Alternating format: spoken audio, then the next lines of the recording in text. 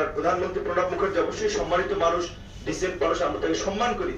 তিনি বাংলাদেশে এসেছিলেন, তার পেছনে দাঁড়িয়ে মানে প্রভুর পেছনে দাঁড়িয়ে দাসের মতো আমাদের সাবেক রাষ্ট্রপতি প্রণব মুখার্জি একজন রাষ্ট্রপতি, আমাদের এইচ.এম. এরশাদ সাহেব একজন রাষ্ট্রপতি ছিলেন, তার পিছনে দাঁড়িয়ে তারা দাঁড়িয়ে স্পিকার সহ ছবি তুলছে। হ্যাঁ, মুরব্বীদের সম্মান করা সেটা আলাদা বিষয়, ঠিক আছে, কিন্তু রাষ্ট্রের জায়গা থেকে যখন আপনি প্রতিনিধিত্ব করবেন সেটা একটা প্রোটোকল, একটা ম্যাটার করে। সেক্ষেত্রে তারা এই যে যেভাবে নতজানু হয়ে বাংলাদেশকে বিক্রি করে, বাংলাদেশের স্বাধীনতা সার্বভৌমত্বকে ভুলণ্ঠিত করে আপনার সম্পর্ক রাখবে, এটা কোনো দল পারবে না। আমি আমার ছোট একটা অভিজ্ঞতার কথা একটু শেয়ার করি আপনাদের সাথে, বলা উচিত না তারপরে বলছি, কারণ আমার প্রতি যদি ভারতের বিরাগভাজন তৈরি হয়, তৈরি হোক, আই ডোন্ট কেয়ার। ভারতের গোলামি করে আমরা রাজনীতি করবো না এই দেশে, এবং এটা কোনো মানুষ করতে পারে না। যে আমার একবার এমবেসিতে যাওয়ার সুযোগ হয়েছে।